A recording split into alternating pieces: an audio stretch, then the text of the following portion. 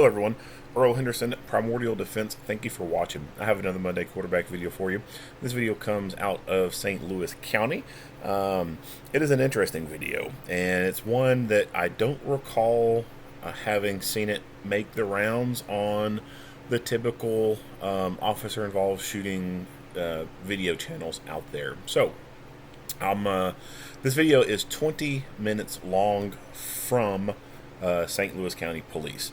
And so because it is 20 minutes long and there are a few different videos that they show that have some length to them, I'm going to have to do the play video, pause intermittently here and there, and talk about things that are going on to better explain what's going on and talk about things that I think that are being done right and or done wrong, so that we don't end up having a very long video.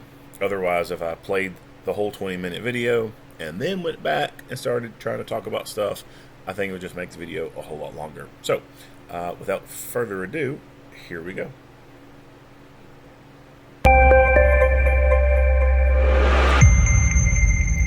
Hello, I'm Sergeant Panis, Supervisor of the St. Louis County Public Information Office. This critical incident briefing is intended to provide you with information about an officer-involved shooting that occurred on May 18, 2024 in the 11,100 block of New Halls Ferry Road in Florissant, Missouri. As part of our commitment to transparency, we will show you relevant video footage, evidence, and the law enforcement response to this incident. Because this investigation is still active, our goal is to provide you with a better understanding of what occurred based on what we know up to this point. The St. Louis County Police Department conducts thorough use of force investigations, which typically require detectives to interview multiple witnesses, view numerous hours of video footage, and analyze a significant amount of forensic evidence. This portrayal is not intended to draw any conclusions about whether the officers involved acted consistent with our department policies and the law until all the facts are known and the investigation is finalized. Investigations involving uses of force could take several months to complete. A word of caution: the images you are about to see may be disturbing. When a police officer uses force to arrest a suspect or to defend themselves or innocent victims against an attack, it can be graphic and difficult to watch. Viewer discretion is strongly advised.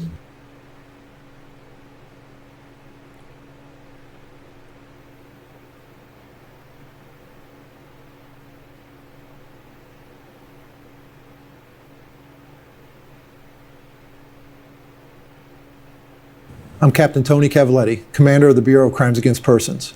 On Saturday, May 18th, 2024, at approximately 9:47 p.m., police officers from our North County Precinct responded to a 911 call in the 11,200 block of New Halls Ferry Road.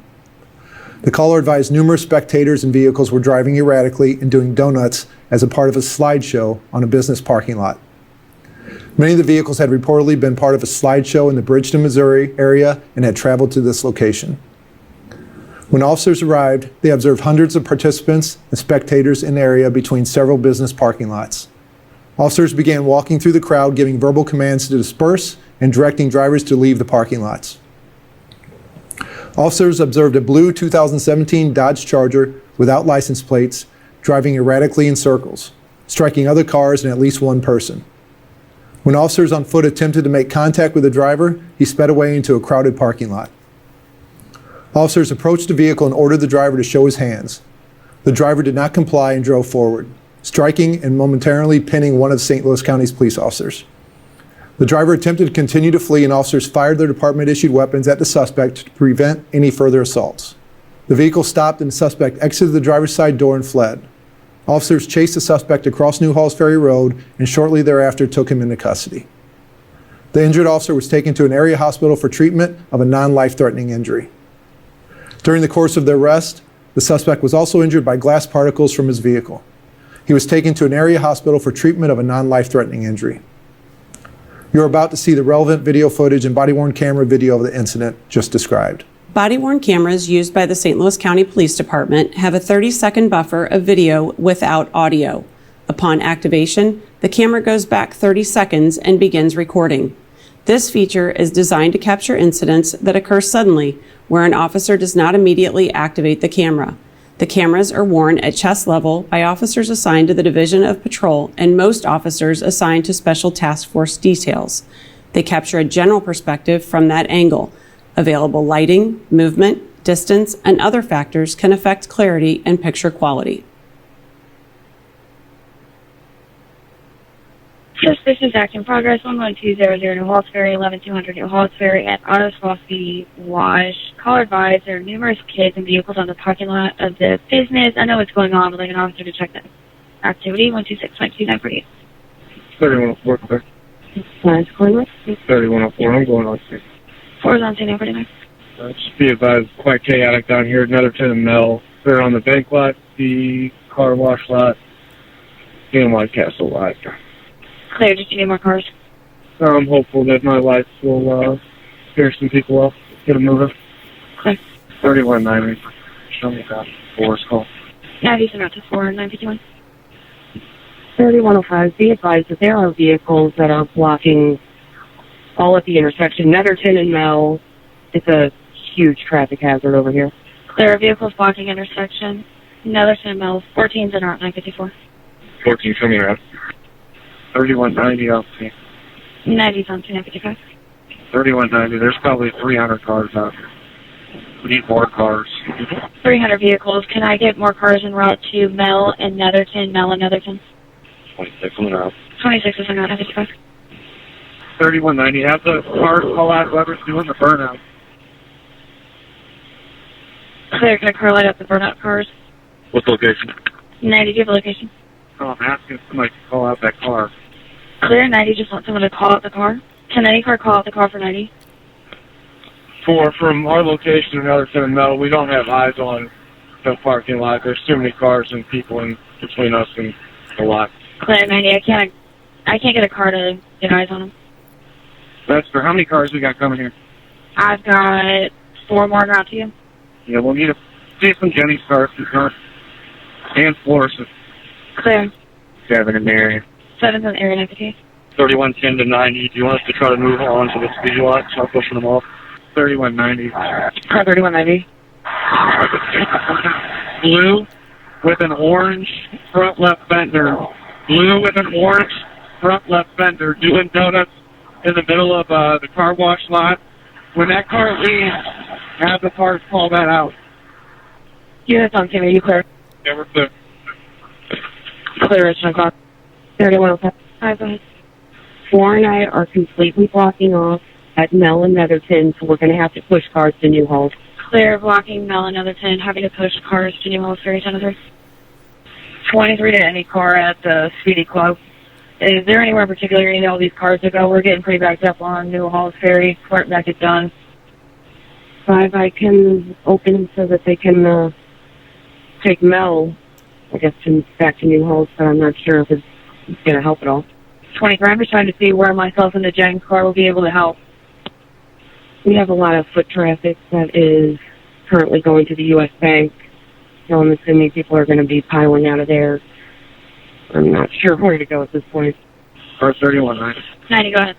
The blue Charger with the orange fender is the one that was doing the donuts around hundreds of people that were striking it. We're going to spike it when it comes out this entrance towards Halls Ferry. Clear, trying to spike the blue Charger orange sticker. 26, he's getting ready to pull off the lot right now. I'm behind us. Behind the vehicle. Okay. 26, he's taking it towards the front of the car wash. 26, a lot of background noise. Are you saying the vehicle's going to the car wash? Just stay away from that car on foot. Just call out where it's at. 26, he's driving off the curb. I'm trying to get onto New Halls Ferry. Driving on the curb, trying to get onto New Halls Ferry. Sir, stay away from it. Just call it out. 26, he's getting on Netherton right now. Just pulled over the curb. He's stopped right now. Got a gunpoint. That's Central Fire Station, call 2126. There's a vehicle. Spike that car, whoever's up there. 26, he's pulling through the White Castle lot. He's stuck in traffic once again. Almost striking cars. He just struck him. He just ran over my foot. Station tell 1006. 26, he's getting ready to pull on the New Halls Ferry and Mel. Pulling on New Halls Ferry. Cars 3190. 3105. We have 2 more shots fired. Attention on car stations, help with emergency alert zone sounding. 26 round on the White Castle Lodge. Attention on cars, emergency alert zone sounding. 3107, officer in need of aid. Last known location, 11200 Netherton and Mel at the White Castle, car 3190. Shots fired! Shots fired! Shots fired, car 3190, 2181. 81 clear. 90 clear. Start ambulance.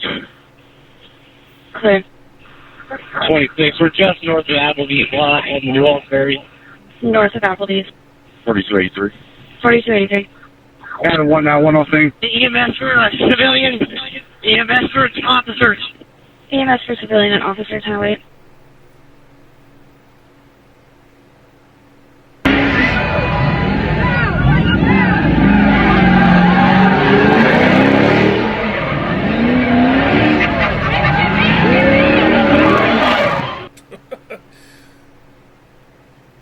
Damn. Let's see that again. Holy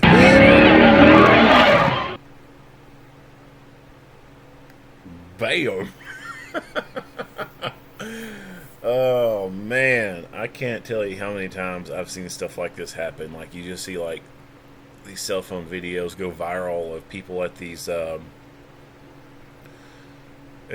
intersection takeovers and these I feel like there's a word for these people that go meet up and do donuts. You know, sometimes they go to like parking lots and do it, but there's sometimes they go to like the interstates and or like highways and intersections, and they'll block off an entire intersection and do donuts in the middle of it. I just can't think of what the word for it is, if there is a word. It's like a convention for the douchebags, but aside from the ones in the vehicles who are doing it, there's also just a large gathering of a crowd who are there watching, and that some of these people are so stupid that they walk out into this area where these vehicles are doing damn near out of control donuts, and there's a lot of people who get smacked by these cars. It's almost it's their fault kind of thing. I mean, they should know better to wander out to where these extremely heavy, fast vehicles are doing these donuts. But aside from that, it is also the operator of that vehicle who is acting recklessly. They're acting with wanton endangerment. Like, they know that what they're doing is a risk to other people. This is not a controlled environment where they can safely do these things. This is not a racetrack where there is fire and rescue personnel there to be able to act immediately if some type of accident happens. There's no EMS personnel there to be able to act immediately if something happens. There's no safety barriers between the vehicles doing their show and the spectators. So it's a totally unsafe thing that they're doing. If it was at a motor sports park, you know, like a racetrack area, it would be safe to do it there. There's places on, you know, racetrack areas where they could do donuts, and there's a concrete barrier that protects them or protects the spectators from them if they lose control. And there's people there to be able to take care of them, like fire, rescue, EMS kind of people who can act immediately. So, yes, these meetups, these car meetups that happen where they take over intersections or go to big parking lots and act a fool like this, it is a dangerous thing, and it is something that has, I guess, spread like fire across the country, because you see it happening in so many cities. And actually, right now, at time of recording, it is September 2nd, 2024, just a couple days ago, up in Louisville, Kentucky, one of these things was happening, and these people, large group of people, were meeting on a road, a public roadway. Donuts were being done. Louisville Metro Police arrive on scene, And of course, one of the vehicles takes off, and as this officer is trying to drive up to him to get him, all these spectators out on foot walk and converge towards that police car, blocking him so he can't go through, and then proceed to jump on the police car. Like, literally, they jumped on the police car. The the lawlessness that is occurring in some of our large cities, it's crazy. It really is. It's crazy. But yeah, so this happens a lot, and looked like she's out there twerking, and then got hit pretty damn hard. So let's see that one more time, and then we'll continue to the body cam footage.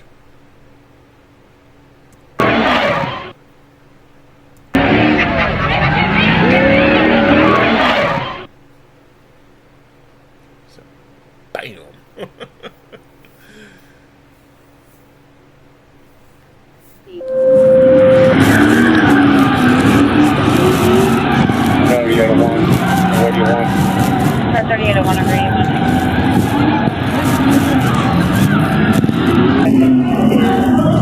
Going to the U.S. Bank. These people are going to be piling over there. Not sure where to go. We're trying to go home. 90, go ahead. Lead charger with the orange fender is the one that was doing the donuts around hundreds of people striking them. Entrance towards Holsbury. Alright, bro. Hey, get out.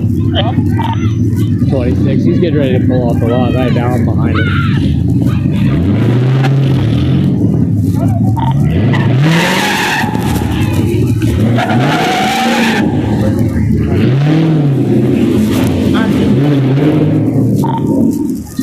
He's taking off towards the front of the car wash.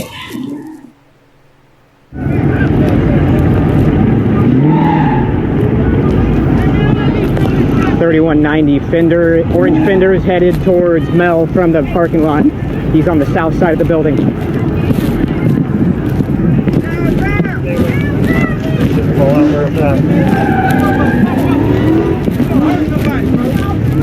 He's right off the curb, trying to get onto New Holsbury.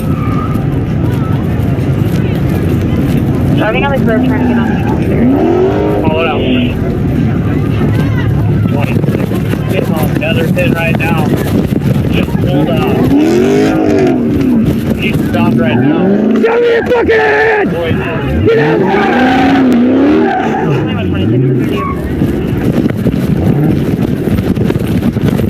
26. He's pulling into the White Castle lot. He's stopping traffic, almost striking cars. Get out of the fucking car! Get out of the fucking car! Shoot him! You just struck him. Hit the ground, fuck it! He's getting ready to pull on the New Holsbury. I will fucking shoot you, motherfucker! Show me your fucking hand! 3190. The people are shot fired. Shots fired. I got the driver! Oh, sorry, I'm sorry. Shoot his ass! 26 around the White Castle lot. That's shot fired. 31 officer aid.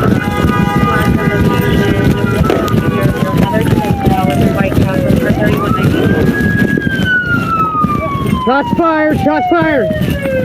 Shots fired, 3190, 2181. 81, I'm clear. Yep, 90 clear. All right, let's go back and see that again. So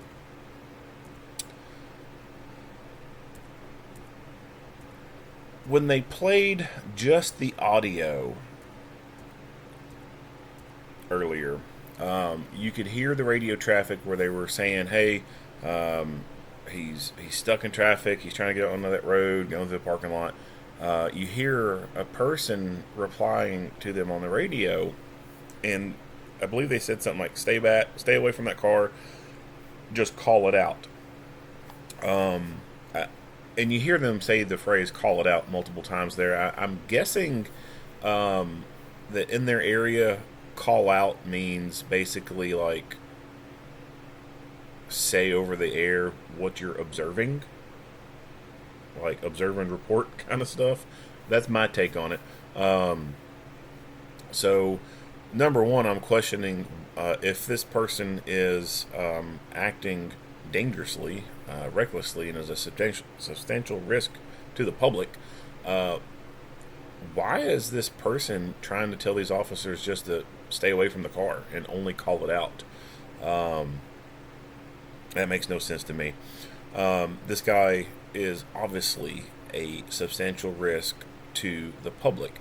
Now, what crimes did he initially commit? Well, he committed some traffic violations, operating, his vehicle. I don't know what their legal definitions of it is up there. But aside from that, one, he hit a person, so that is some form of assault. And then he's fleeing from police. So in the grand scheme of things, are these initially some super serious crimes? Well, when you think about the traffic stuff, like the speeding and the reckless takeoff, stuff like that. Yeah, that's motor traffic violation stuff. Not a big thing, but still a thing. Him hitting the woman, that's a serious one right there.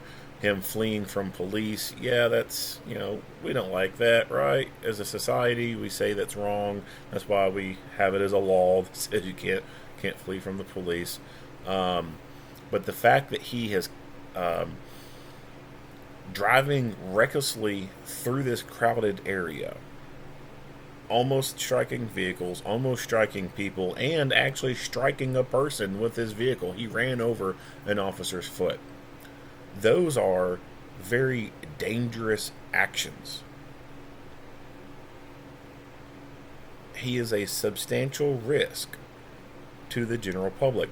What he is doing is realistically no different than if someone was to go walking through that crowd with a rifle and just started popping rounds off at random. Fire a couple in the air, fire kind of some, into the trees, just like not purposely aiming at anybody, they're not like taking the rifle stock to the shoulder and bearing down on the sights onto someone. Not like that. Just someone with a rifle just haphazardly lifting it up and just, pop, pop, pop, pop, pop, pop. That's essentially what he is doing. When he is rapidly accelerating through this congested area where there's people out on foot. A vehicle is a very dangerous thing. It can kill someone real quick. They weigh a lot, so if he runs someone over, that's an injury that can very seriously physically injure a person and or kill them. It is a crush injury.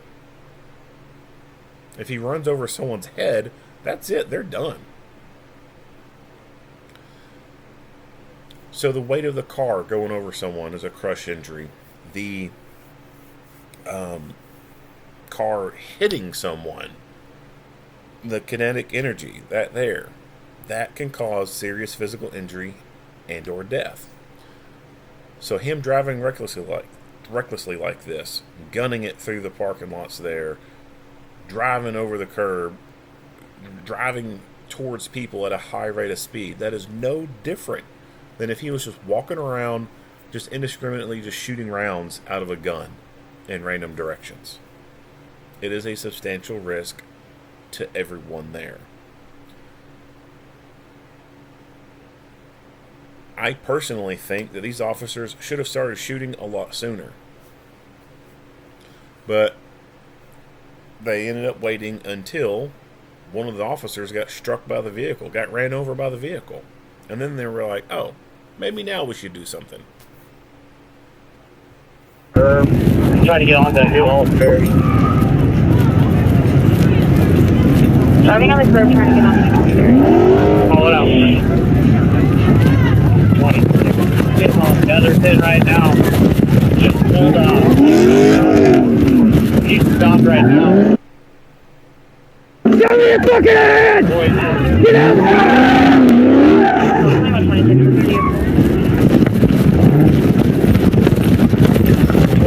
He's pulling through the White Castle line. He's stopping traffic, almost striking cars. Get out of the fucking car! Get out of the fucking car! Shoot him! You just struck him.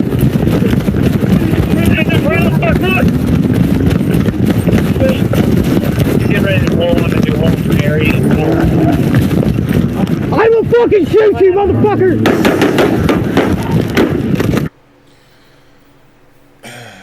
I don't think this guy was ever going to shoot. I think it took that other officer shooting their rifle for this officer to say, well, hey, maybe I should just back up what I was saying. Now I'm going to shoot.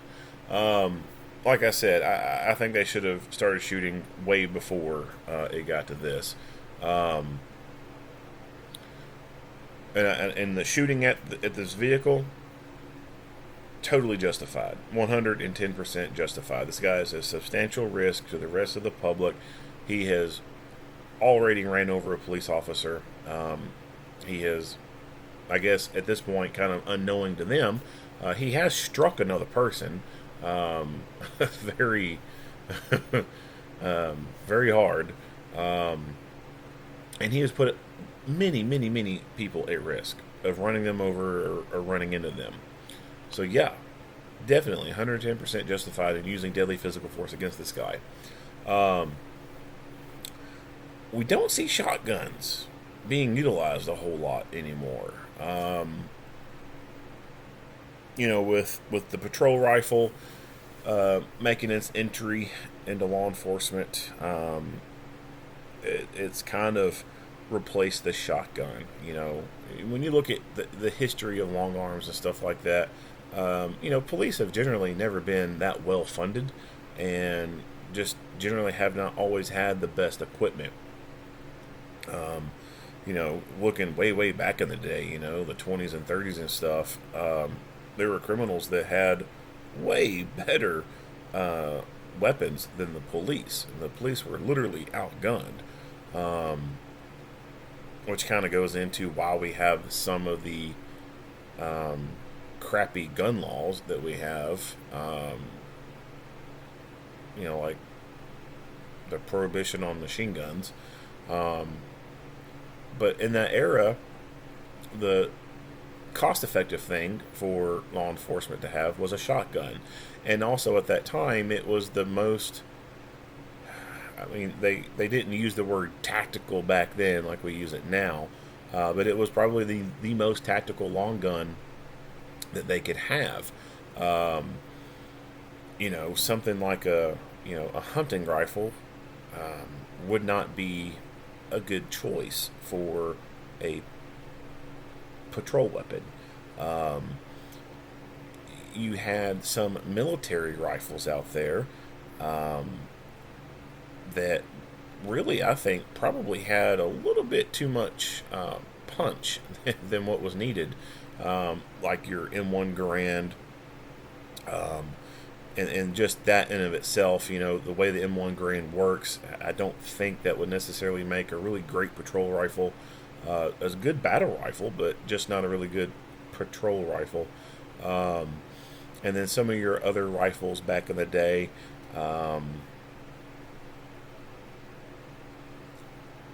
could have been okay, but just weren't utilized. And so the shotgun was one of those things that it was a cheap long gun that agencies could afford compared to what some of those other rifles could cost. So it was cheaper to buy a bunch of those, equip patrol cars with them, and you had the ability to feed buckshot and or slug through them, and they were good long guns for suppressing threats. The double lock buck, once it went into someone, you're not going to get over penetration like you could from a round fired out of an M1 Garand. Like you could literally shoot someone with an M1 Garand and get some over penetration, that round travel out of that person and then go hit someone else. With double lock, that's not happening. It's not going to over penetrate or have that risk of over penetrating, and you get multiple pellets into the target with devastating effect. And so whenever the AR-15 came about, back then, agencies just don't have a whole lot of budgets. You got some agencies out there, the bigger ones that were getting M16s. Those are kind of some more specialized stuff. But overall, still, shotguns were the cheapest thing to be able to give to a whole department. And then it wasn't really until the 90s that the AR-15 was being utilized a whole lot more. And the thing that really set it off was the North Hollywood bank robbery incident in California. LAPD got into a gun battle with these two dudes who they took like old army flak jackets, cut them up and sewn them up to where they made basically a suit of armor. So they had Kevlar panels sewn into their pants and into their jackets, and the pistol caliber stuff that the LAPD had obviously was not penetrating it.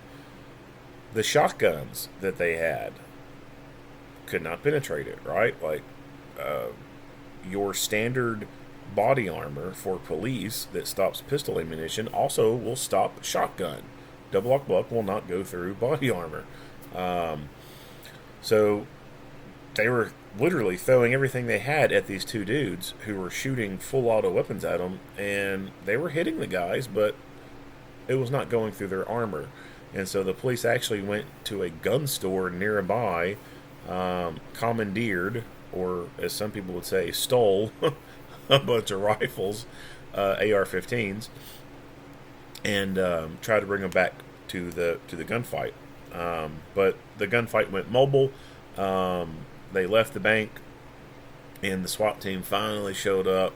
And the SWAT team had AR-15s because they're the specialized unit, and they were able to put these guys down. And so that was really the catalyst, I think, for officers across this nation embracing the AR-15, and the AR-15 basically phasing out the 12-gauge shotgun. Nowadays, it is more common to see a 12-gauge less lethal shotgun being carried by police, and it have a bright colored stock, a bright colored pump on it, and the only thing that they buy for the thing is the less than lethal ammunition, the beanbags. Just not very common to see patrol guys out there utilizing 12-gauge shotguns anymore.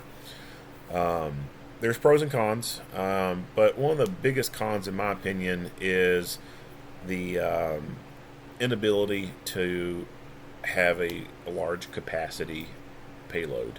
You're limited to about 6 to 7 rounds on board that shotgun. So once you dump those 7 shells, it's out. And the reload, that shotgun, it's not as simple as obviously taking a magazine out and slapping it into the weapon. Now there are shotguns that are magazine fed, but just a regular pump action shotgun, you're going to have the shells and individually load those into the tube magazine. And so where are those shells at?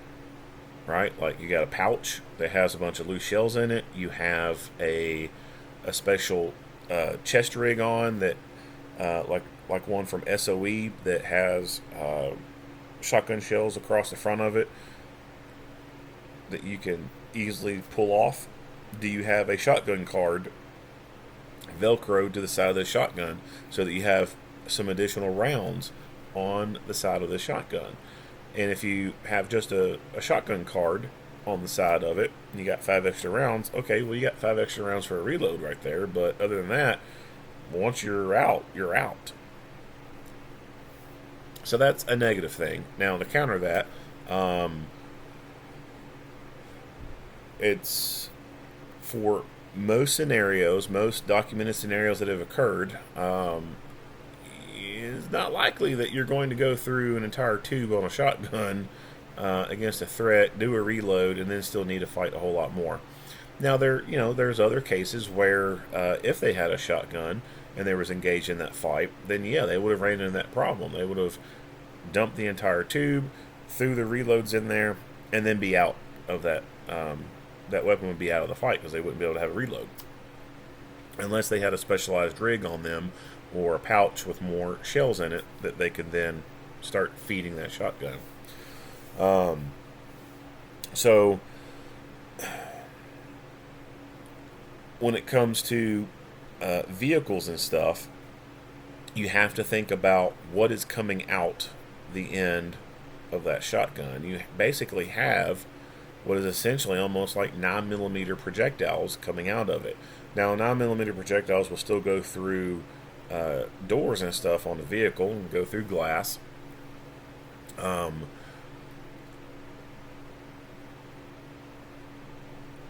But it's not going to be the same as the kinetic energy out of a rifle. And so that's really the biggest thing that sets the shotgun differences between the rifle. Is the rifles have way better terminal ballistics on them,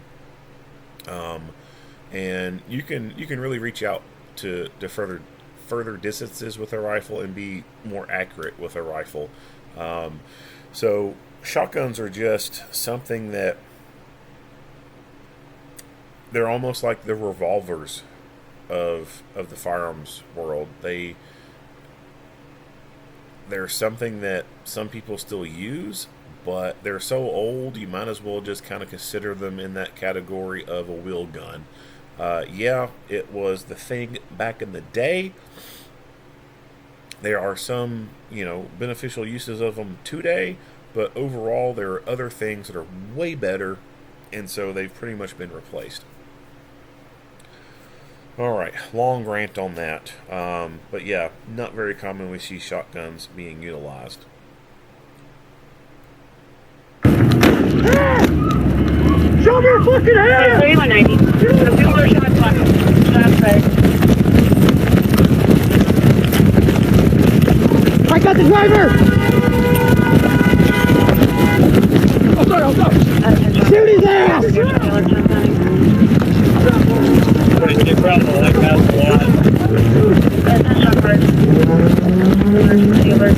Another thing that sucks about the shotgun is sling options for it.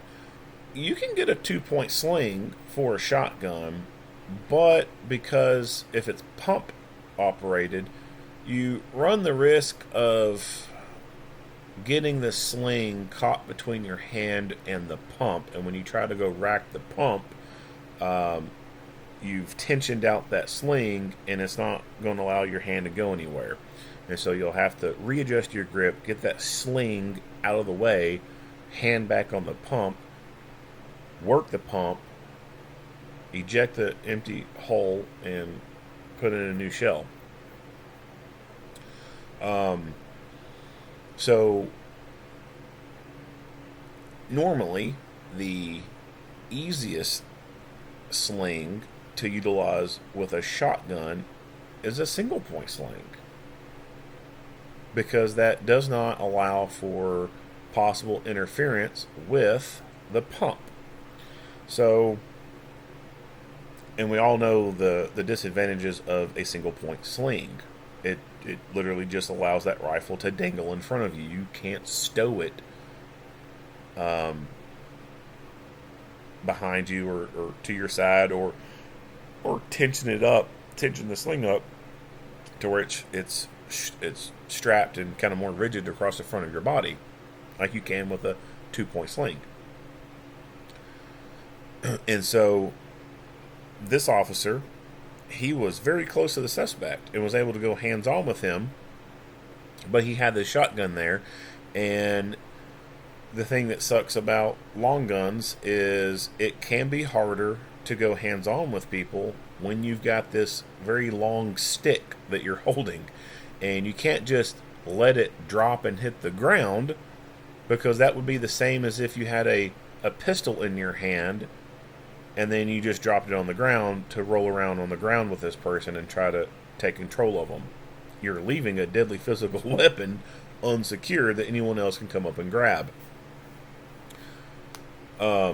So with a single point sling, you can let go of the shotgun, but it's going to dangle and swing a whole lot there in front of you,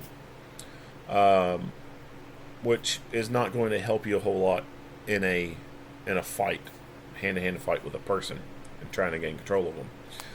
With a 2-point sling, yeah, he could sling it and have it more dangling across the front, or even push it to where it goes more to his backside.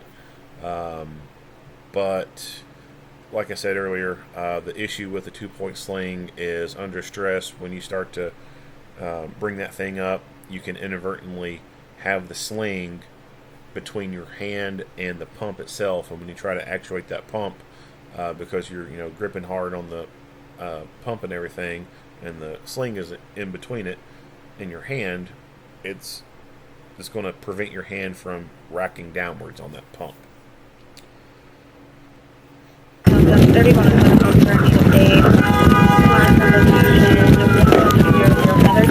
With White Castle for 3190. Shots fired! Shots fired! Shots fired, 3190, 2181. 81, I'm clear. Yeah, 90 clear. You guys good? Good. Everybody good? Good. 26, we're just. You alright? You all very. North of Applebee's. I didn't have my foot. Pretty sure he does have those 2-point slings. 3107. Need an EMS for a civilian. We don't get to see very well what kind of sling it is. It does appear to be rather taut. It doesn't look like it has a whole lot of slack in it, so it's probably a very basic sling and doesn't offer a whole lot of maneuverability with it. Slings are like holsters. You got your handgun, and you put your handgun in a holster. A sling is similar to the holster. It's what allows you to stow that weapon on you without having to hold it in your hands the whole time. And so you really do get what you pay for.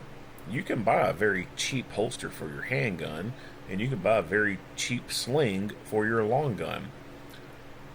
And they're not going to help you a whole lot. They're not going to be very advantageous for you. You spend a little bit more money, you're going to get a better product. And slings is something that you can't skimp on it, right? Because you're dealing with life safety equipment at this point, right? If it's going on a gun, it's life safety equipment. So you're going to need to drop money on that stuff. Everything that goes on to that fighting weapon, that life-saving piece of equipment, needs to be quality stuff. It doesn't need to be cheap shit. So you're going to have to spend money on a good sling. One thing I think that could be beneficial for a shotgun is being able to use quick detach stuff, so that you could go from having a 2-point sling configuration on a shotgun, but then be able to quickly disconnect that front QD mount, move it a little bit further back to the rear, connect in, and then cinch up the sling, because it would have to have cinching capability, and then voila, you now have a 1-point sling. So that sling that he has on there, like I said, you can't see it very well. It looks pretty taut. Doesn't look like it's loose at all. And so it may not be a sling that can be very quickly adjusted on the fly. You may be able to adjust it, but it may be one of those, and I don't know what the terminology is for it, one of those adjusters that you have to feed the material through and slide it along in order to release it out or bunch it back up. Unlike a sling that has one of those tabs on it that you can just pull it and then the sling opens up and expands out, or you can grab that tab and yank it and pull it in and cinch that sling up and contract that sling. I should probably find that terminology to be able to explain it a lot better. But yeah, like I said, he may have one of those older slings that it's just not easy to adjust on the fly, and you'd have to sit there and mess with it for a lot longer period of time to get it to do what you want to do. EMS for officer. EMS for civilian and officer, 1008. Fender is headed towards Mel from the parking lot.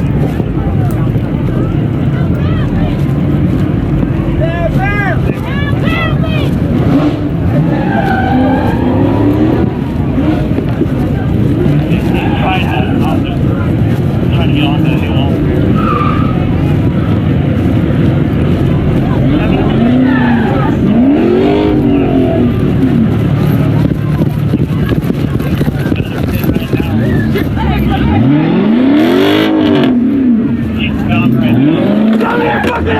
Show me your fucking hands now!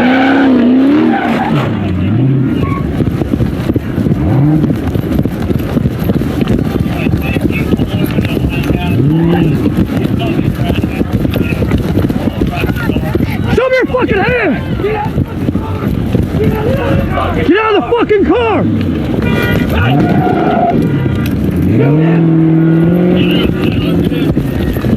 Hey, they just ran over my foot!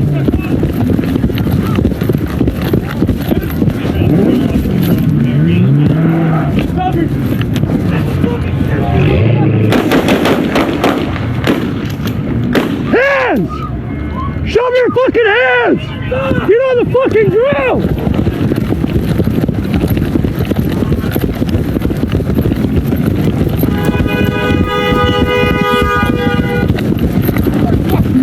Get on the fucking ground!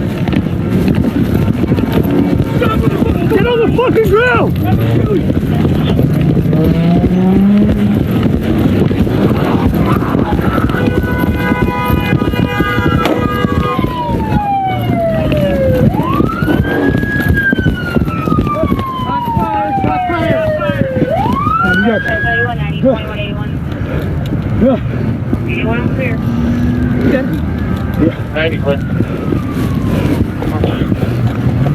Good? Good. Everybody good? Good. Yeah. Hit you alright? Alright, make sure you watch that one. Good fucking ground!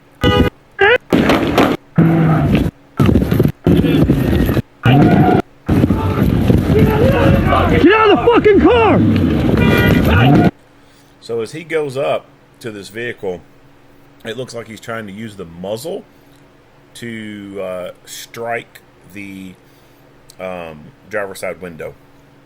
So I'm assuming he was attempting to just bust out that window. It's not as easy to break auto glass. And when it comes to breaking the side windows on a vehicle, the best place to strike a window is at the corners. If you strike dead center of that side window, that window can actually flex a little bit. And so if you put a high-speed camera on it and you thump the middle of the window there, you'll see it move. As you go to the corners, there's less flexing in there. And so the glass isn't able to flex to save itself. Because at the corners, you have, essentially 2 right corners there. And when you strike in those areas, you can get the glass to break a lot easier. So anytime you go to break side windows, go for the corners. Now, using metallic objects like batons, we've seen plenty of videos of officers trying to strike the side of a window with a baton, a metal baton, and it just doesn't break. And so trying to muzzle thump a side window with a rifle muzzle, I just don't think it's going to end up being very good results. Unless you have like some, special weird aftermarket muzzle attachment on the end of that rifle that's made for thumping windows to breaking them, some glass breaker on the end. It's just, not going to be a very good option, I think. And so the action of him stepping forward and trying to muzzle thump this window put him in a position where his foot got ran over by the suspect's vehicle.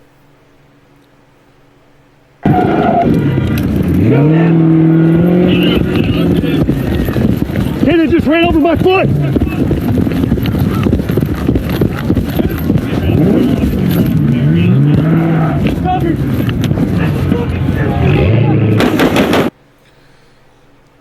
It looks like to me, based off where the beam of his light is pointed at and the fact that we saw a flash come from the tire, I think that he is aiming at the rear tire of this vehicle and shooting it with the intent of deflating that tire.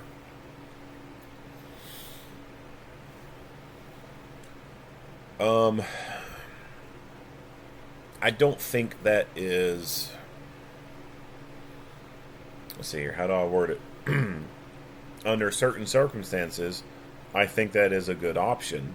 I think that's a good tactic to shoot tires, to deflate them.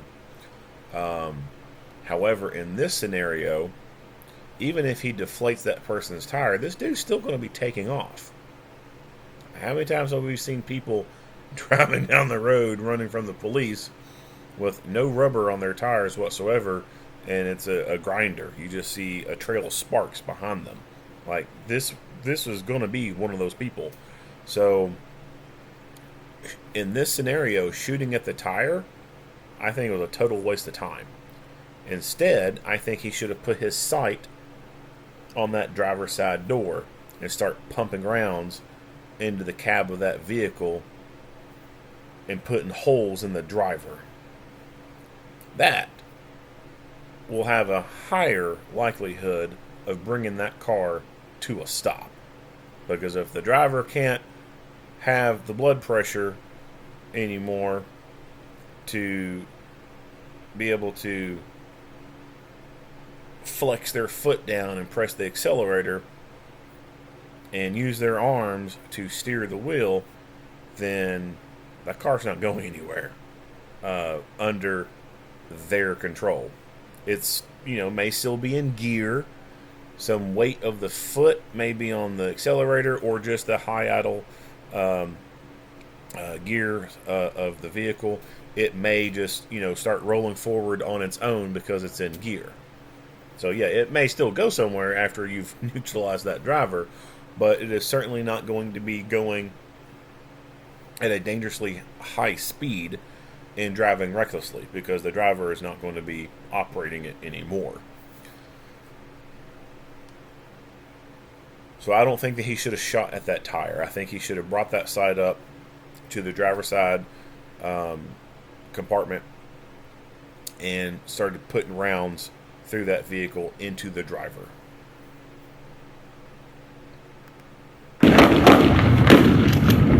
Hands! Show me your fucking hands! Get on the fucking ground!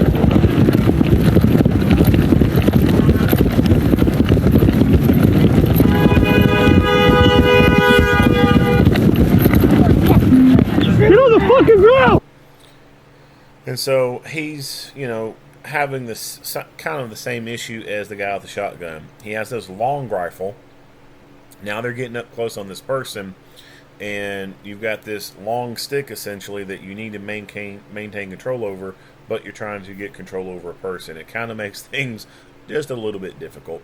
You know, one thing, and I'd have to go back to see for sure exactly how he's got his sling.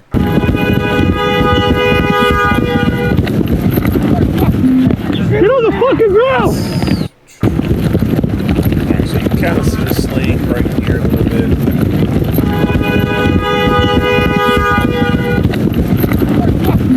Get on the fucking ground! Yeah, so you can kind of see the sling a little bit. So it does look like he has it slung around his body. So what he could have done is just completely let go of the rifle. It's slung to his body, and be able to go both hands on with this guy. And go figure, looking like a fool with your pants on the ground. You know, Get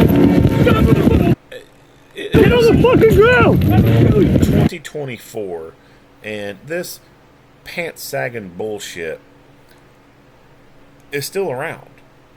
Like, we have, you know, you look at other fashion trends over time, there's stuff that's gone away and it has not come back. Like, you know, like the Jinko jeans and stuff, you know, bell bottoms and, you know, just, you know, all kinds of different, you know, fashion stuff is come and gone. But the pants sagging bull crap is still around. Like, when is this going to go away? Right? Like, it is probably one of the most obnoxious fashion trends out there that totally makes no sense.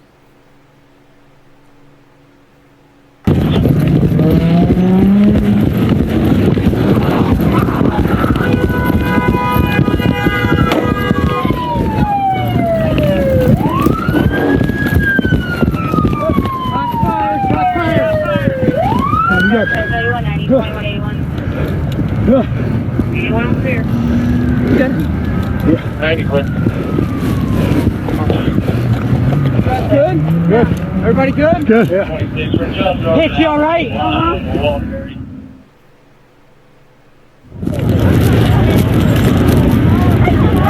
Is that him? Stay away from that car.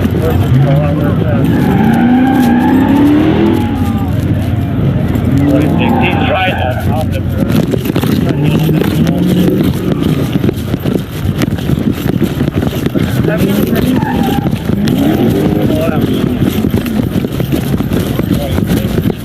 another pit right now. Just pulled up. He's stopped right now. Got a gunpoint. Let me see your fucking head!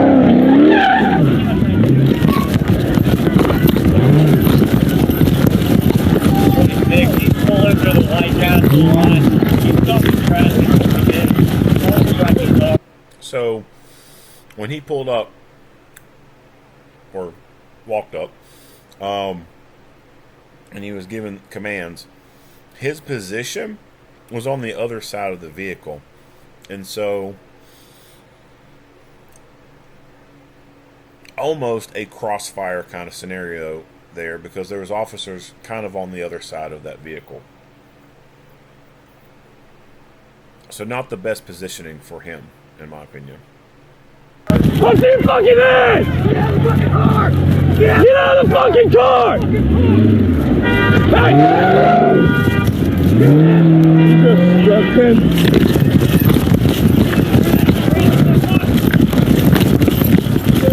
You good? Use cover.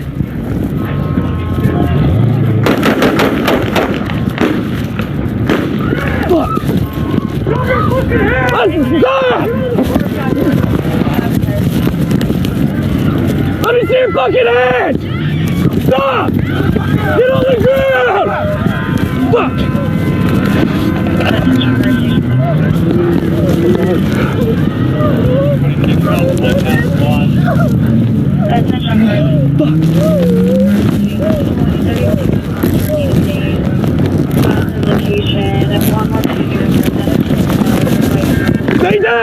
fucking move! Shots fired! Shots fired! Shots fired, sir. 3190, 21. Are you hurt? Are you hurt? One clear. It's unfortunate they didn't charge her with anything.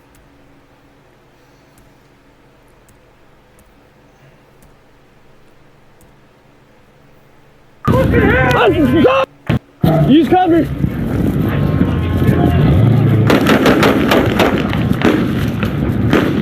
Fuck!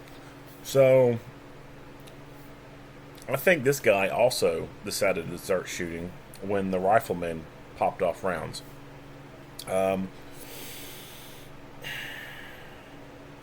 You see this kind of sympathetic firing in some videos out there. It's like everyone is guns out, sights on target, but they have not yet met that line in the sand that says, I'm going to shoot right now. If XYZ happens, I'm shooting. But they're putting themselves in a position to be ready to shoot. And sometimes you'll see someone reaches that line in the sand, they shoot. And the minute they shoot, everyone else, it's almost like, oh, green light, we're shooting now. And then they start shooting as well.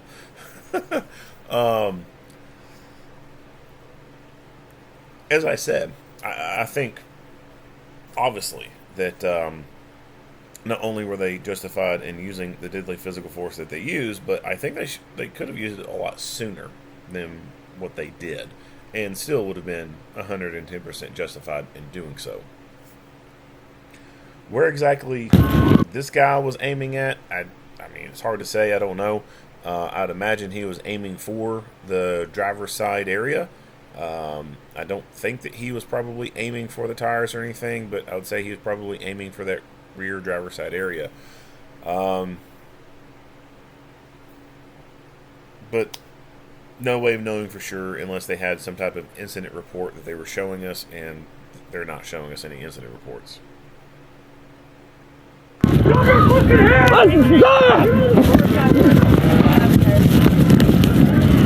Let me see your fucking head! Stop! Get on the ground! So she gets out of the vehicle, Fuck! starts to run away. You know, me personally, I'd say that would probably constitute a fleeing charge. You know, it may not stick. Yeah, it may end up getting thrown out in court, maybe amended down, something. I don't know. But she willingly went with this person to this illegal event, and was there. And she's just like the rest of the crowd. She's a part of the problem. And so, yeah, definitely, I think they probably should have just went ahead and charged her with fleeing. Yeah, probably get thrown out, you know. Probably any defense attorney would be able to argue, yeah, she was in extreme fear for her life. There were gunshots being fired into the vehicle. She was trying to get away from the bullets. So, yeah, like I said, I can see it being thrown out. But just for the principle of the matter, yeah, go ahead and throw some charges on her.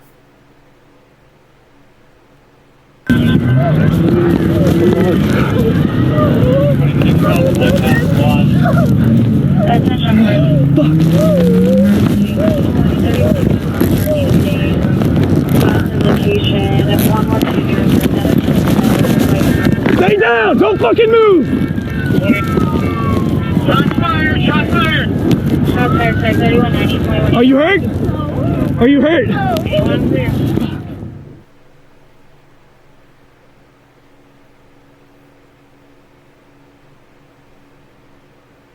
Oh, wow. Let's see that one again. So that's a... Whew. Man, that officer's right between those vehicles. Man. That could be... Whew, damn, man. That could... God. that could be a serious crush injury right there. And his pelvic area, oh man, that could have been real bad. That could have been career ending kind of bad, and not just career ending, but that could have been life altering kind of bad. Like that could have extremely screwed him up to where he wouldn't be able to go run and walk with his kids for a long time.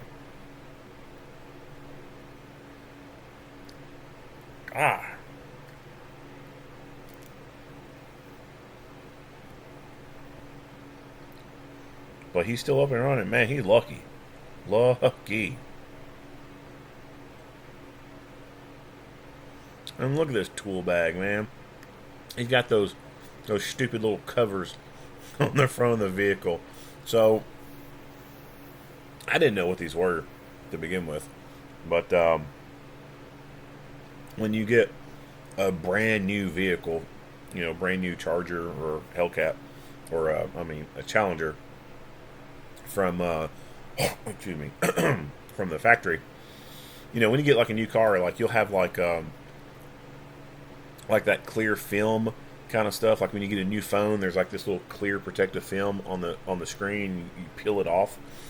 Well, like inside the vehicles is stuff like that, right? Like you got little protective little film things on there. Well, they also put these little bumper protectors on the Chargers and on the Challengers. And so these douchebags will, and they're not buying these things brand new, right? Like they ain't rolling like that.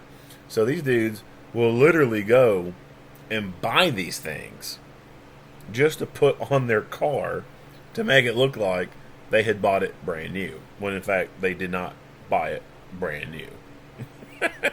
It's quite comical, really.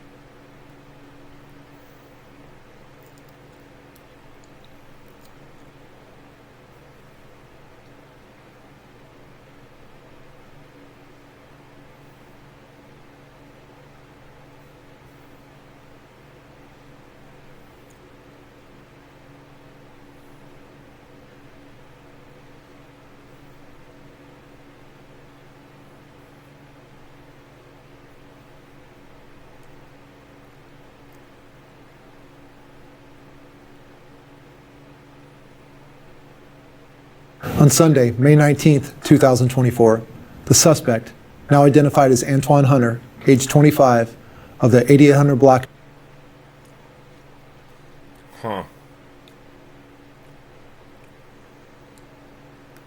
St. Cyr Drive in St. Louis, Missouri, 63136, was charged with one count of attempted assault first degree or attempt serious physical injury or special victim, one count of armed criminal action, and resisting interfering with arrest. Charges are merely an accusation, and defendants are presumed innocent until and unless proven guilty in a court of law. In total, 9 shots were fired by law enforcement officers. The St. Louis County police officers involved in this incident are 29 years of age with 5 years of law enforcement experience, 28 years of age with 4 years of law enforcement experience, and 27 years of age with 3 years of law enforcement experience. The St. Louis County Police Department has all its non-sensitive policies and procedures available on our website. All right, let's go back. County police and defendants are presumed innocent until and unless proven guilty in a court of law. In total, 9 shots.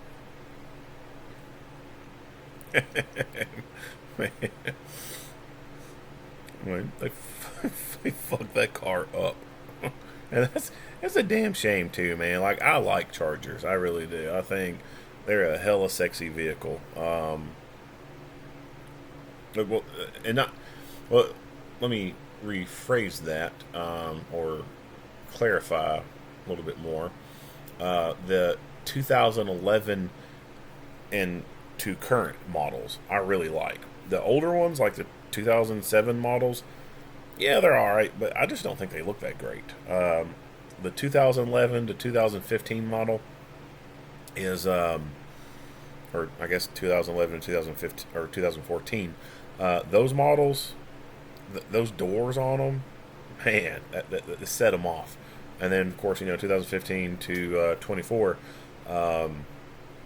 still keeping the same kind of design, change the the front and the rear just a little bit, but just that overall shape of it, man, like it is a nice car. It is nice. It's really sad to me that Dodge decided to discontinue it, but when when you see a bunch of dumbasses like this out there doing stuff like this in one of those vehicles, and it seems like you always see Dodge Chargers being driven by dudes like that, doing stupid shit like this. And so it's almost kind of like a no-brainer that Dodge probably discontinued their vehicles because of all that crap, or discontinued these Chargers because of all that crap. But it's sad because, man, it's a nice car. One of the funnest cars I've ever driven was Dodge Charger Scat Pack. Man. Oh man, you talk about a sexy car, man. God, that thing was so nice. You start the vehicle and it's just, and then when you go to turn the thing off, you'll click the button to turn it off, and it gives you one last. It's nice. Yeah, assholes like this going out and ruining it for the rest of us. It's unfortunate that we don't see more marks like this on him, based off how many people's lives he endangered. Kind of wish he would have resisted a little bit more.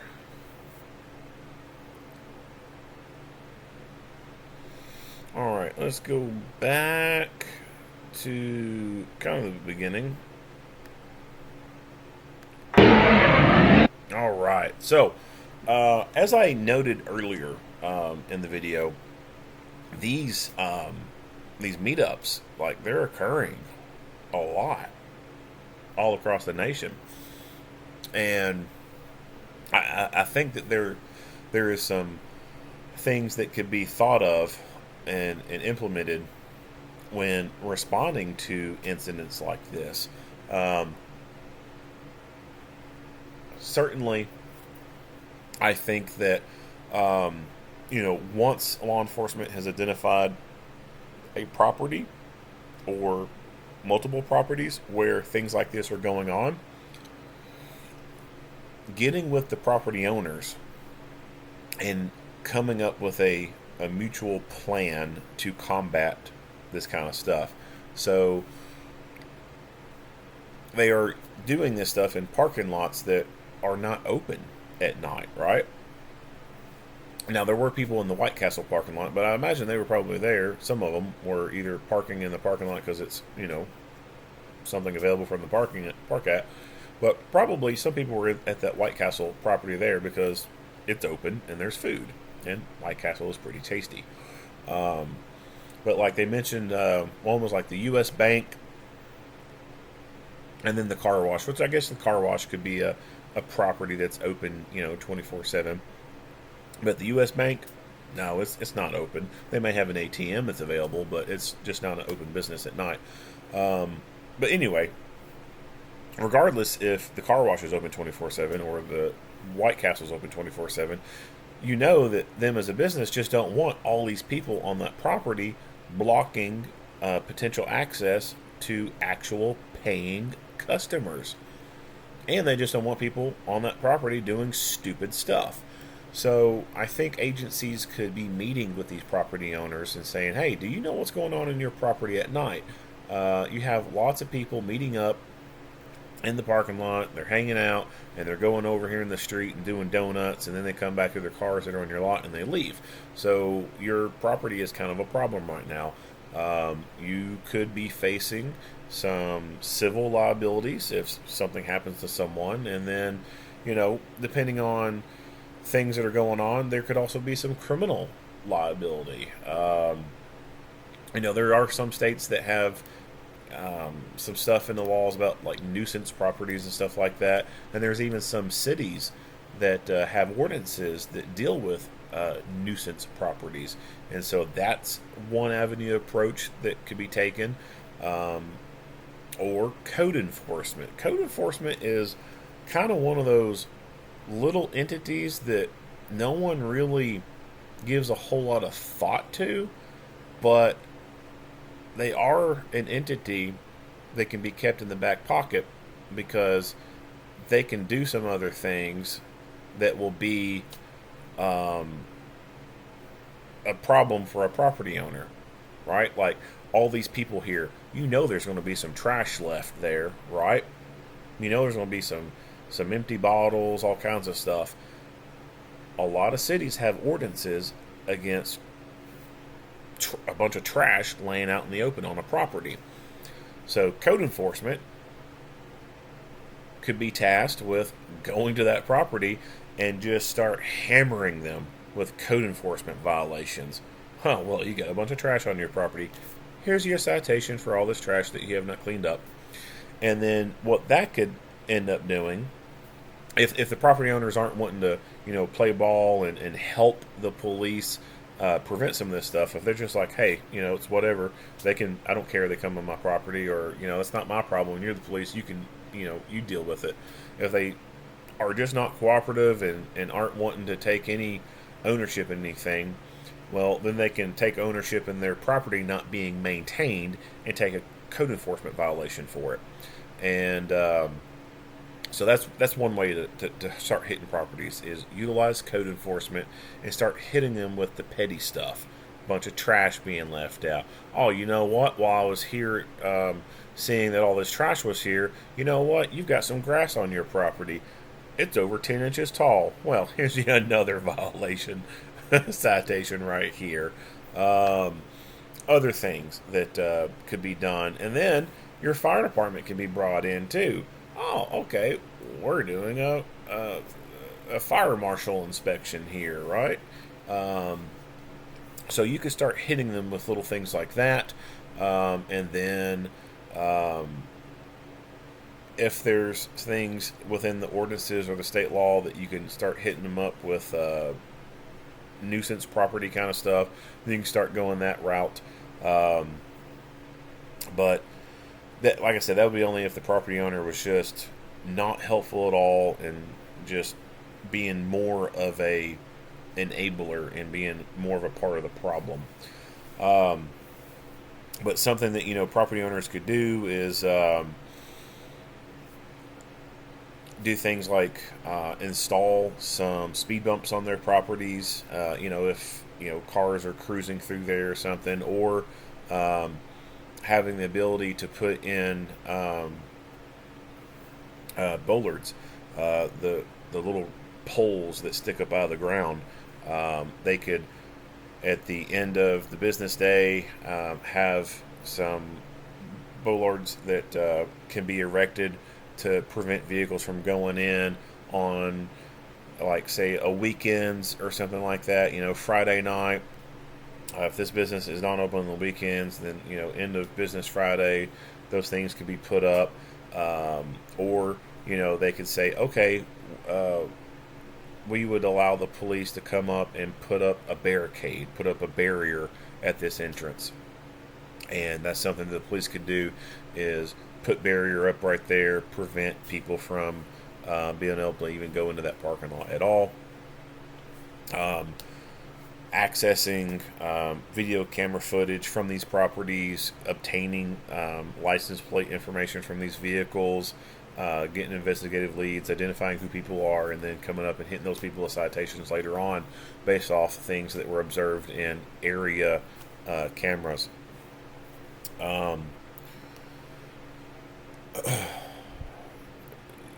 Educating property owners on things about like fences and stuff, so you may have people who are parking in this property and now they're walking across this area over here and going over here. So it could even be something as hey, could you plant some bushes here, could you put a fence up here?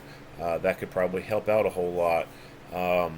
And I would say that if a city is serious about wanting to tackle these kind of issues, that once the police department's identified, hey, it would be really helpful if there was a fence in between these properties, because then that would prevent people from easily walking in between these properties and make it more inconvenient for them. But the property owners can afford it, so the city could help by giving them a loan so they can put this fence up, right? You know, cities are always, you know, talking about how they want, you know, businesses to be flourishing and, you know, wanting to help and stuff like that. That is a reasonable thing that I think that a city or a county, municipality could do, is identify, you know, what's the terminology for it? Hostile architecture, I think is what it's called. They could identify some hostile architecture things that could be utilized, like putting in fences, putting in bollards, maybe putting bushes, or even installing lights, you know, certain security lights. But if property owners aren't able to fully afford those things, well, the city and the county could help offset some of those costs and help them out with getting those things installed. You know, and when it comes to public roadways, you know, like long stretches of a public roadway, there's things that the city could do. They could start shutting that road down. They could start putting things in the roadway that are unmovable. So yeah, you could put like the traffic cones, and we have this problem in our city. So here in Bowling Green, Kentucky, we have a racetrack known as Beach Bend Raceway, and we have a lot of car shows here. And there's one group of car show people that they roll in the town, and there's a hotel and convention center off of Wilkerson Trace, and it's a straight stretch there. So all these dudes are staying in this hotel. Well, what do they do on this straight stretch when they got a bunch of muscle cars? They fucking race them, right?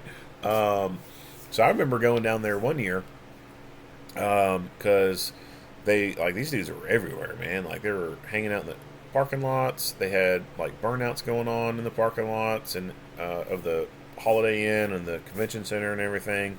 So go down there to start dealing with those problems.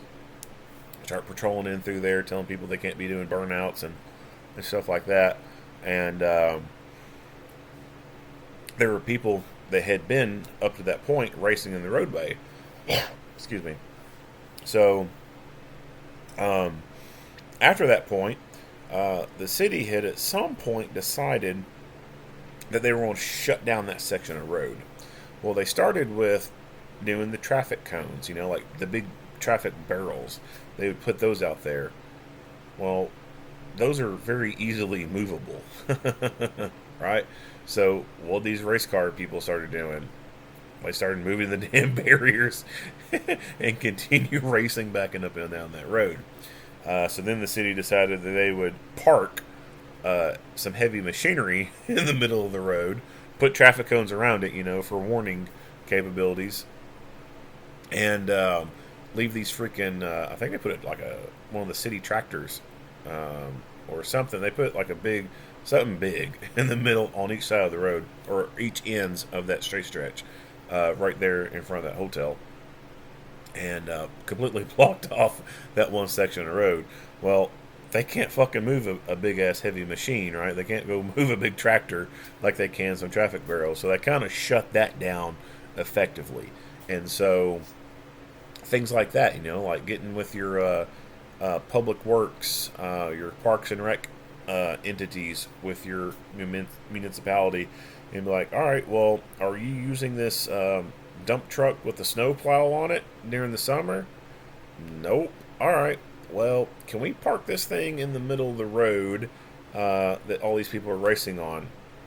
Sure, why not?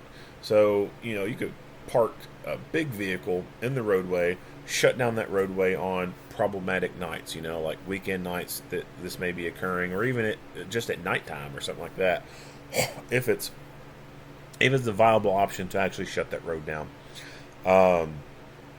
You can even go so far as to start installing speed bumps along long stretches of roadways.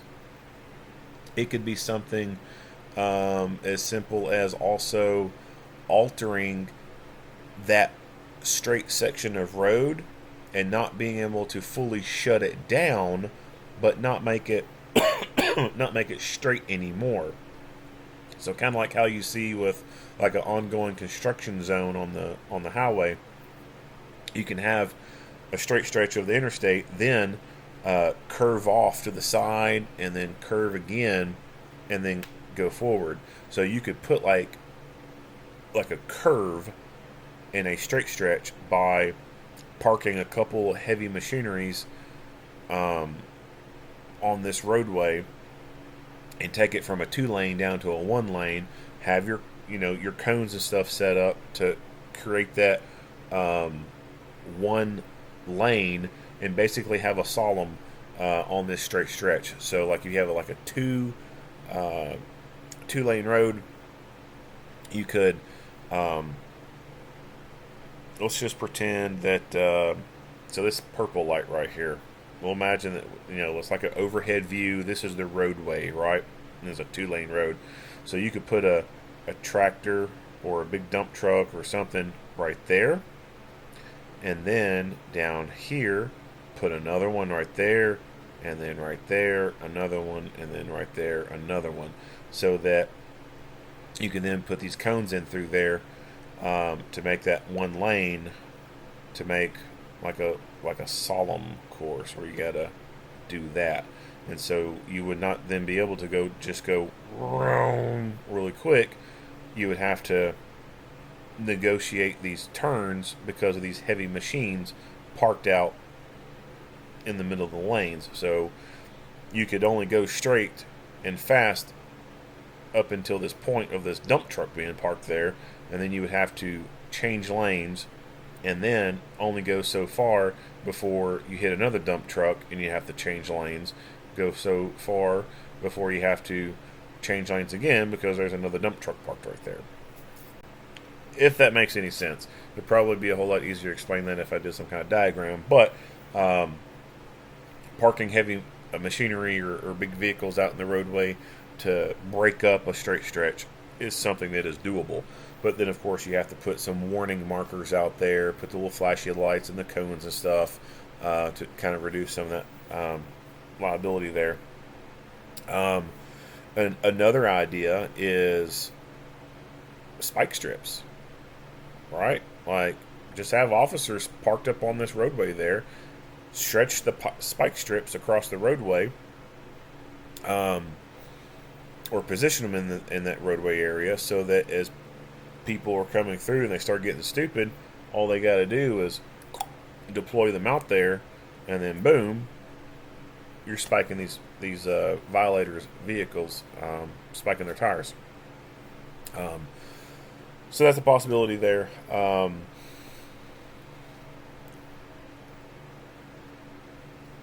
Having a spike to be able to stab tires, I think, is probably a very beneficial piece of equipment to have. It was, I forget what incident it was. It was from riots and stuff, but it showed these officers, and they had these spikes that they would come up to a vehicle and they would just start stabbing the shit out of tires. And it would very quickly deflate the tires too. And you take like a normal knife or something, you try to like stab the tread area of a tire, you're not going to have a very good result. So you really need to stab the sidewall of a tire to get the best results.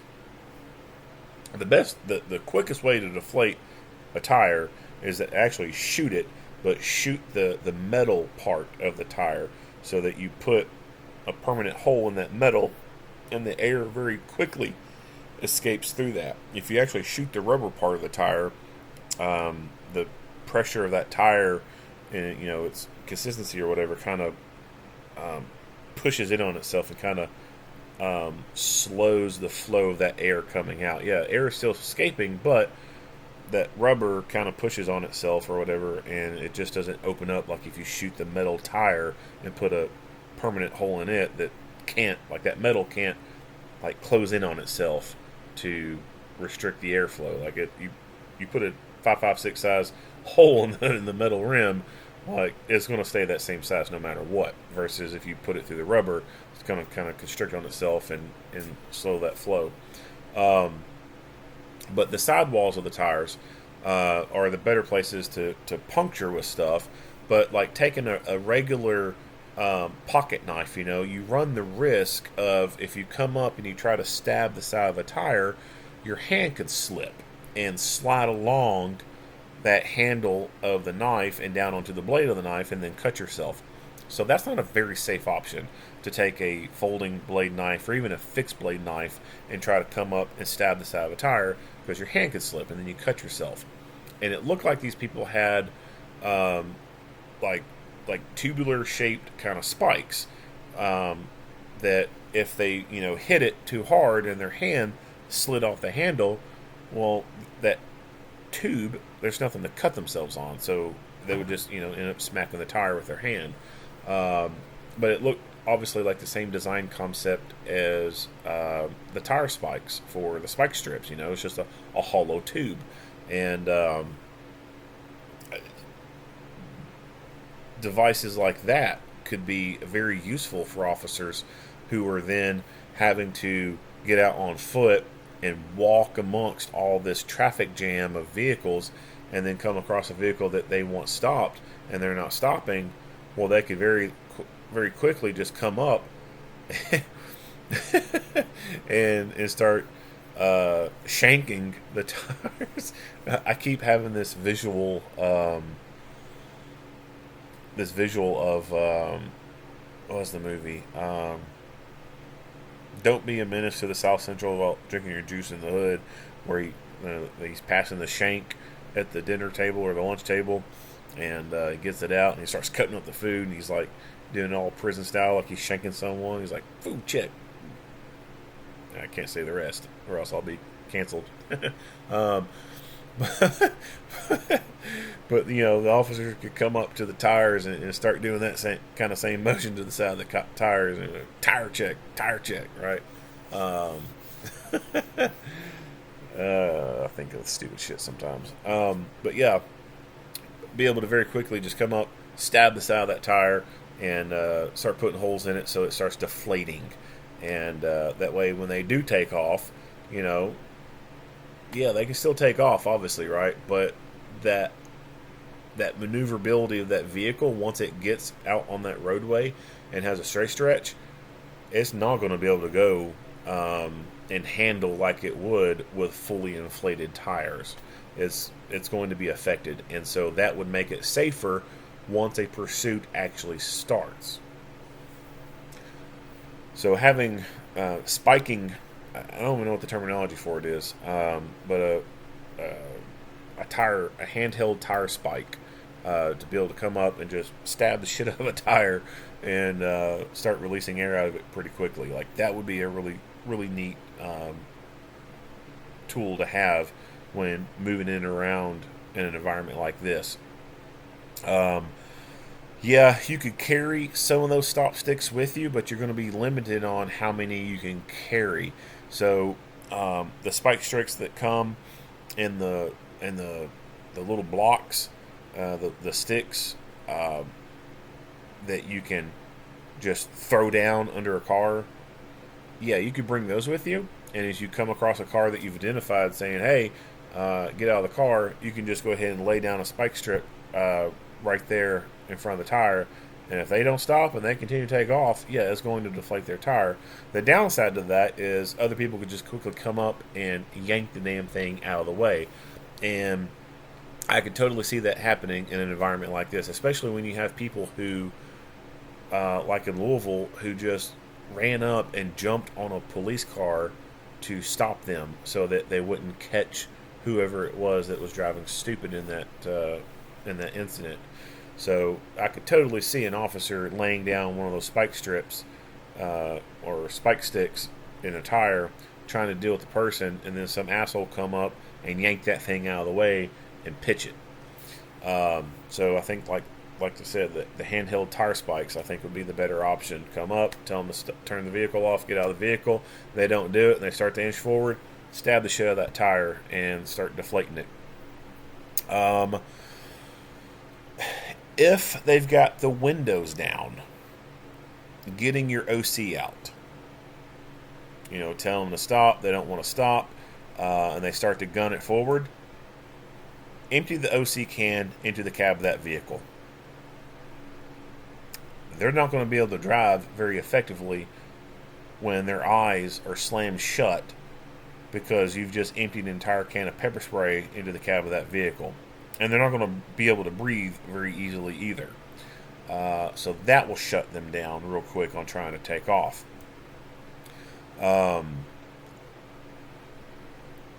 Having an oil and water mixture in a delivery can that you can spray on the windshield. And that would make it to where once they turn on the wipers, it just makes it worse. Like that, it's not going anywhere, right?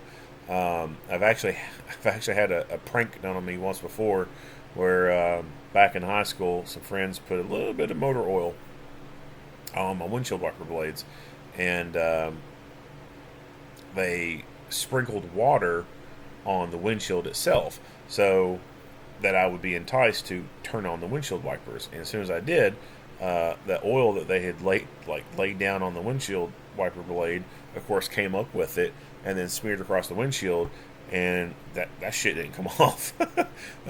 Like, you could hit the windshield sprayer all you want, and it's just not going to work. Like, you're going to have to actually get out and like wipe that stuff off the windshield. So coming up with a device that would have a oil and water mixture in it, so that one officer could go, I wouldn't say go to the front of the vehicle because that's a danger area, but get near the driver's side or passenger side front area and being off to the side, so that if they do cut that wheel hard, you could very quickly back away, but be able to have this contraption pointed at the windshield, and if they start to try to take off, well, you can coat that windshield down with this mixture, and they try to hit the windshield wipers, it's just going to make it worse, and it's going to blanket the whole windshield with this mixture, and you ain't going to see shit out of it. So once you do that, they're not going to be able to see out that windshield to drive. Yeah, they could Ace Ventura it and stick their head out the window and drive like that, but other than that, like, that's going to severely impact their ability to operate that vehicle in a high speed maneuverability. Yeah.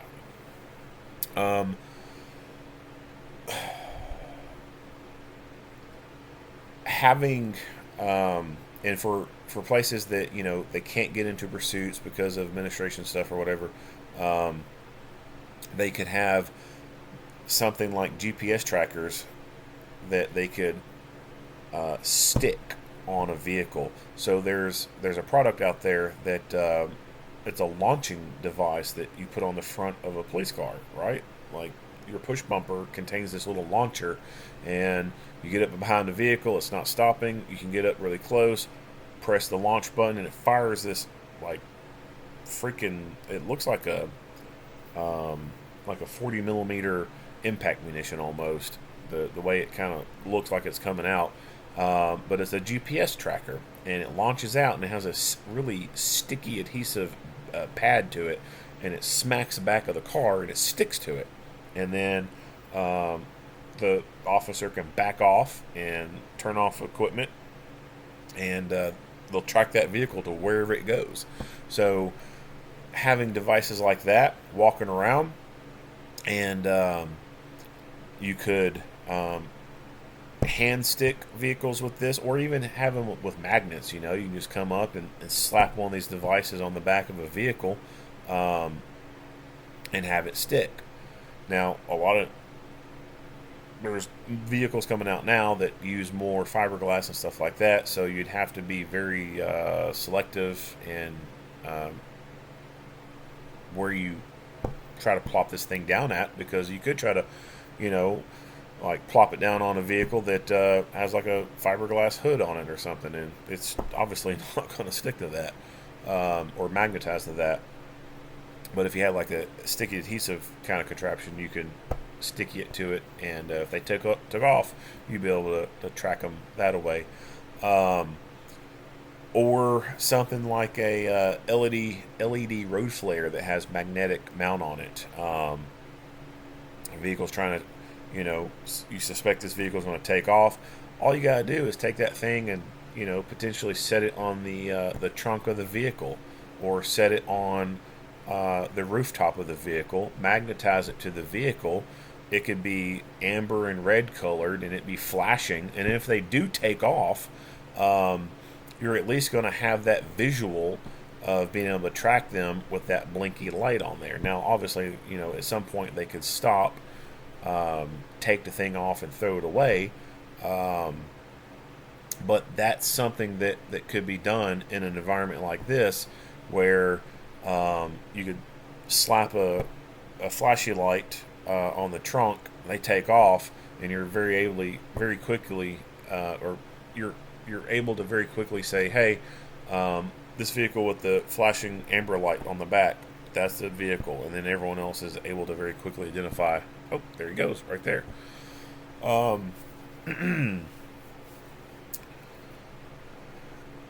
As far as the area with the crowd, this is where it can get a little tricky, because you know, the right to free assembly and all that, which goes back into why these agencies should be partnering with these property owners. Go ahead and just getting that blanket approval to say, hey, past these hours at night, we don't want these kind of people on the property. If you see them, please kick them off the property for us. Which makes it easier for law enforcement to take action on people who are at that point trespassing or loitering on property. When it comes to these private properties and stuff where people are hanging out at, and trying to get them to disperse, if they fail to disperse, go ahead and launching chemical munitions. You know, consider it almost like a riot at this point. Large group of people, they're causing problems, and they need to disperse. Go ahead and launch some tear gas into these parking lots with these yahoos hanging out, and that'll clear them out, right? Or start going through and start launching pepper spray and pepper balls at these people to get them to disperse. It's going to cause them a lot of pain, right? And hopefully that'll motivate them not to try and pull this stupid crap again.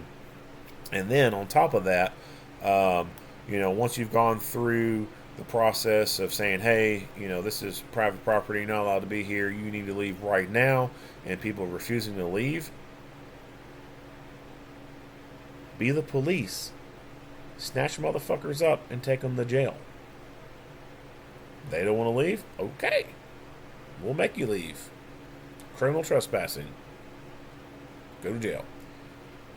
You start arresting people. You start giving citations to the people. That affects their behaviors. Not everyone. Some people will be like, and then they'll go right back to doing it again.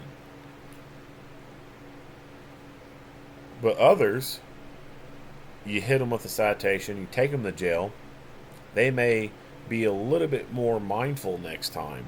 And not just them, but people they know. Well, like, they'll talk about it, right? They'll find out, like, oh, damn, Bob got arrested for trespassing at this property at this car meet. Well, shit, if he got arrested, I might get arrested. I can't get arrested. I don't want to go to this. So you start arresting people, you start citing people. That can modify people's behaviors.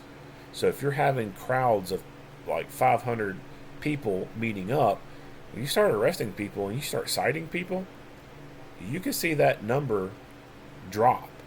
You might not be having 500 crowds, but you might start having 200 to 300 crowds. You might shave off a couple hundred people because they're afraid to go get arrested or get cited. And if you turn up the volume and you start arresting and citing more, well, you can drive those numbers down a lot more as well.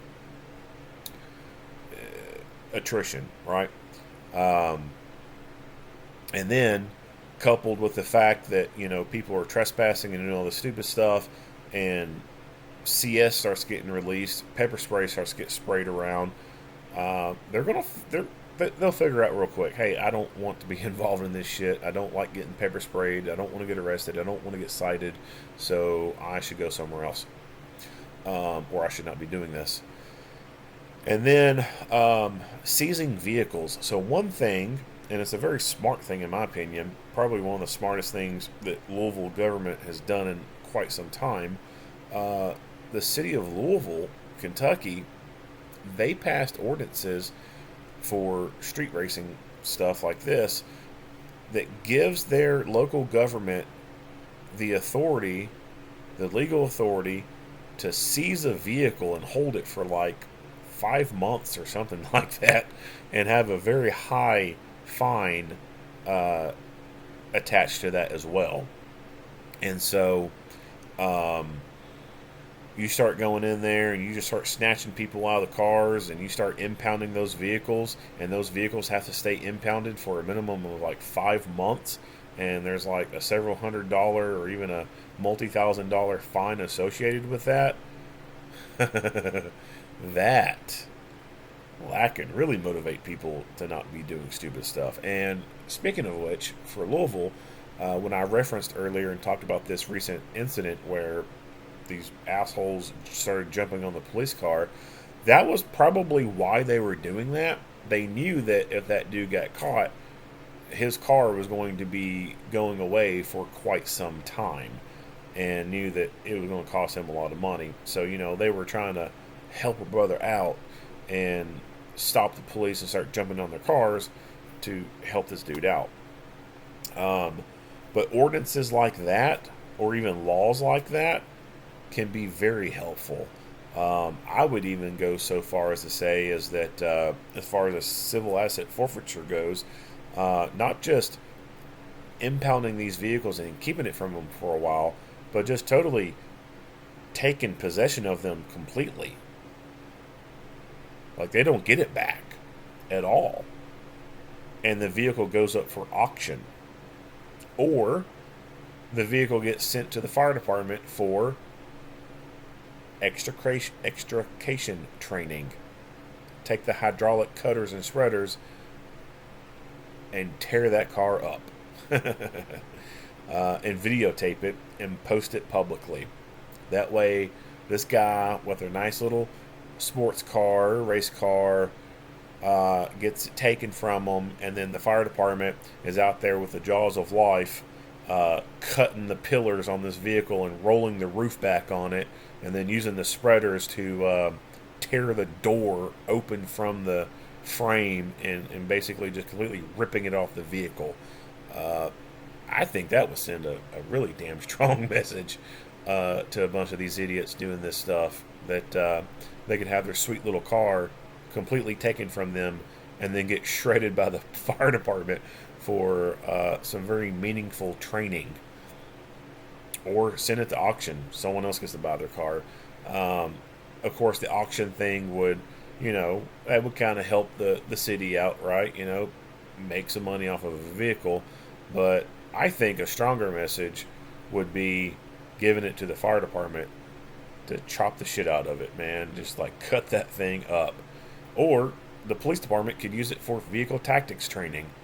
They could set it on the gun range and shoot it. Do ballistics testing on it. Shoot it full of holes. See what ammunition does. Videotape it. And then let the community see that. Like, hey, this guy who was street racing, putting people at risk, we took his car. And then we shot it up. That would be awesome. I would love to see that. But yeah, I think agencies need to really think about how they can combat stuff like this from happening, because this is a nuisance. It is a huge nuisance when roadways are shut down because these yahoos want to do donuts in the middle of an intersection. Is causing property damage, to private property owners when people are doing this in their parking lots. These large crowds of people are there trampling through the lawn or the bushes and tearing things up, leaving piles of trash everywhere, increasing that civil liability for the property owner if bad things happen on that property and they get sued for it, etc. So, they're just a nuisance. There's nothing good that comes from these events, except for like videos of seeing stupid little twerker girls out there getting hit by a car. That's actually kind of funny. But there's nothing good that comes from this stuff. It just causes a problem to the members of the community because their means of travel is being affected. They can't freely move about where they want to because all these assholes got the road blocked because they want to do donuts in the intersection. People's lives are being put at risk with these people recklessly driving, street racing and doing donuts, hitting people, hitting cars, causing property damage to go through the roof, and that collectively causes our insurance rates to end up going up through the freaking roof. So yeah, nothing good, nothing beneficial from events like this or people like this. So agencies, I think, need to be coming up with a game plan on how they're going to combat this and getting some creative thinking. Like I talked about earlier, if it takes taking a dump truck from City Works and parking it on a straight stretch and putting caution lights around it and cones so that they no longer have a straight stretch to race through, well then do that. If it means meeting with property owners and addressing things that they could do to help stop this stuff, and maybe even helping them out financially, giving them a little bit of money to pay for these kind of things, or the city themselves just outright pay for it and have it done for them, to help mitigate things like this from happening. And then the hard approach, going hands-on, stabbing the side of a tire to deflate it, buying special equipment to do that, taking the gloves off. It's a multifaceted approach to a big problem like this. Like, you just can't do one thing and it's going to solve the issue. Like, there's multiple things that will need to go into play here to decrease these things from happening, or just outright preventing these things from happening altogether. All right, that's pretty much about it on what I have to say about this incident and this overall national problem of these asshole car meets. If you like what you hear and see, go ahead and give me a like and a share. If you have not already, hit the subscribe button and stay tuned for more Monday quarterback videos. Earl Henderson, Primordial Defense. Thank you for watching.